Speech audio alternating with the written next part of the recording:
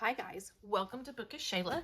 Today is Scraplift Crafternoon and we are lifting scraps by Jules. This is the layout. I have pulled some simple stories because there's tags. You got to pull simple stories, right? And sorry, we also have a cut file, so I've pulled a cut file. This is my picture. I pulled this cut file, this airplane cut file, because I just thought it was perfect.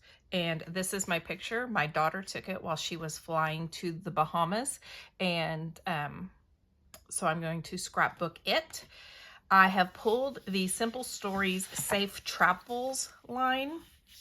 And she has a little bit of stencil work, some inking, and she backed her cut file. I probably won't, just because it will be way too difficult for me. I don't like to back cut files very much. But I am going to get everything ready and go ahead and kind of get it all ready to lay down, and I will come back. So I'll be right back. Okay, let me show you what I've done. I layered up 3 papers over here. I'm following her lift very, very closely because I just loved her layout. So 3 papers over here. I did a little inking with this Vicky Booten stencil, which was part of the Where To Next, and a little Tattered Rose. No, yeah, I guess that is what I used. Tattered Rose. So I did some stenciling here. You can't really see it down here because my tag, but here and here. I layered up my papers over here. I did another strip over here. I have my cut file. I have my picture. I have my 4 tags with twine. So like I said, I am sticking very close to her layout because it was so awesome that I don't want to really change anything. So let's see what I have for embellishments. I have the enamel dots. I have the foam stickers, the chipboard stickers, the cardstock stickers, the bits and pieces, and the journal bits. So I really kind of want to put Lost and Found as my, oh, I just noticed she had another little tag down here. Oh, well, that's all right. Lost and Found as my whatchamacallit, title, because if you've been around, you've heard me tell this story. For my son's senior trip, that's what this picture, when this picture was taken, we had some major airplane problems. We live like 2 hours away, 2.5 hours away from the nearest airport, and the airport we were supposed to fly out of. And we were going down. Our flight was super early in the morning because I like to do that. And we were going down. We were supposed to go down the night before, spend the night with my mom because she went on the trip too, get up and get on our flight, right? So I go to check us in, and I have an email, and we had a layover in Dallas.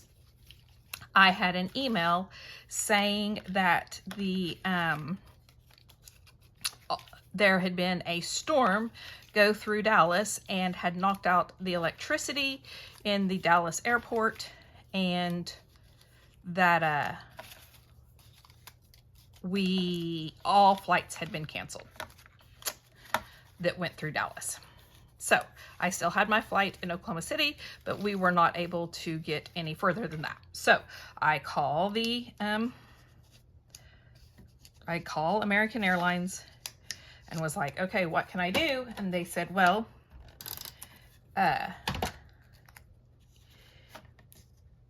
you could, no, just my flight to Dallas, I guess, was canceled. That's what it was. You could drive to Dallas and get on the airplane in Dallas, and it would all be fine. Okay, that's what we did. We left right then. We drove, because Dallas is like 5 hours, 4 hours from my house.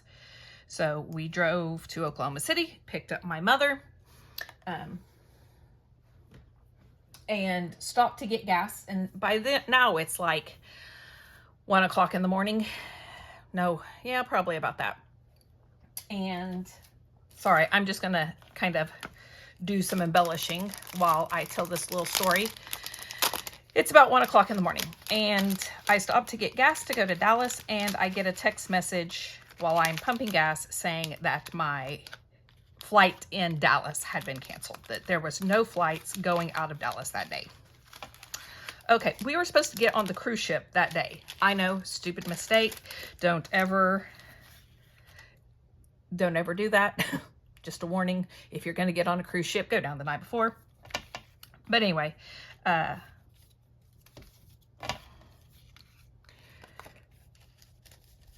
so our flight all flights out of Dallas had been canceled. Okay, great. So I go to my mom's house. I get on the phone and I start calling the airline. Expedia? No. Yeah, that's where I booked it. Expedia. I get on the phone. You know, what can we do? What can we do? We work. Is there anywhere else I can go to get on the airplane? Just all the stuff, right? And basically, after spending about 5 hours on the phone in the middle of the night, I might add, they say your best bet is to go to the airport and just see what they can do. Okay, so that's what we do. We pack up, we go to the airport. As soon as it opens, we are there. And we get there, and they had no idea that there were no flights through Dallas anymore. So they were not prepared at all. Not their fault. Totally, I understand. So we, sorry, I'm just looking through my stuff. We finally, American is like, there is nothing we can do. Okay, get us on another one. And they're like, oh, we can't do that. Yes, you can. I know if it's your fault. I have traveled enough and had enough problems that if it's your fault, you have to be able to fix it. You have to let us get on another flight and help us book it. Okay, so they have 2 seats, or they have 1 seat on 1 flight for United and 1 seat for another flight, and we meet up in Houston. But that's only 2. I need 4. So talk it over. And as much as I hate to do it, I'm like, this is Garrett's senior trip.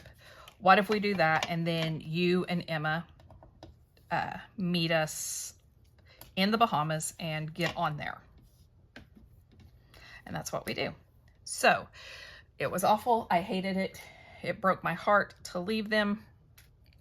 I felt really guilty, and it didn't help that my mother continued to make me feel guilty forever. She still hasn't forgiven it. I'm just kidding. It's not that she hasn't forgiven it, but she does like to remind me that I left them, which I did, I have to say. But so my son and I, and we get to Houston, and the flight in Houston, and we are like cutting it super close. We know we're going to get to Orlando. We have got to get on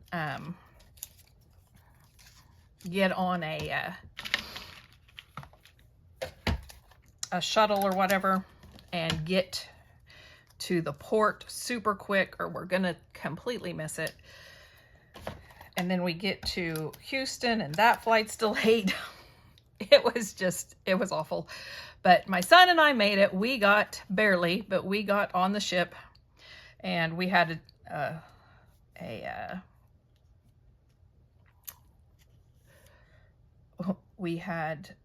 port or a cruise day first, a sea day, and so they didn't get on until the second day. Yeah, it was just a mess, but it all worked out in the end, and it was fine. It was fine. And then my daughter got a senior trip without her brother because he had graduated from college and had gotten a real job and couldn't go with us. So she got her own little trip without him. All right, I'm going to continue and go through my my embellishments and embellish it all up, and then I will come back and show you the finished project. Okay, so to finish up, I've pulled out some flair. I'm going to use my enamel dots, and we will be finished. So I think I'll put my airplane flair there.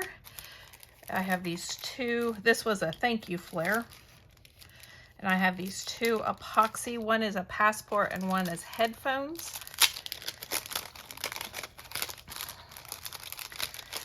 And I think I'm gonna put the passport down here like that. And I'll put the headphones like so. Do I want that one here? Yeah, or do I want, I think I want it up here actually, like that. Okay, and then my enamel dots, and we will be finished.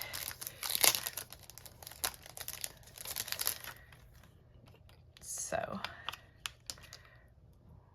1, 2, 3.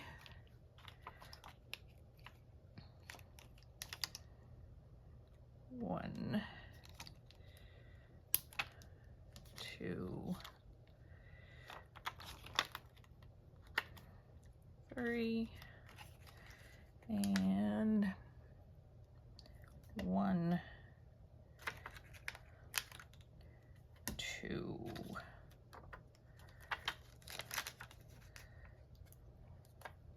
3. All right, so I might do some splatters. I don't know. She doesn't have splatters and it looks okay. So I think that's going to be it. Thank you so much for joining me. Sorry about story time. Hope you didn't mind a little story to go along with my embellishing. If you want to see what other people did, there is a playlist of all the ladies that do Scraplift Crafternoon. Go check them out. They are all awesome and they do such wonderful work. If you like this video, please give me a thumbs up. If you want to see more, hit that subscribe button down below, and I will see you next time. Bye, guys.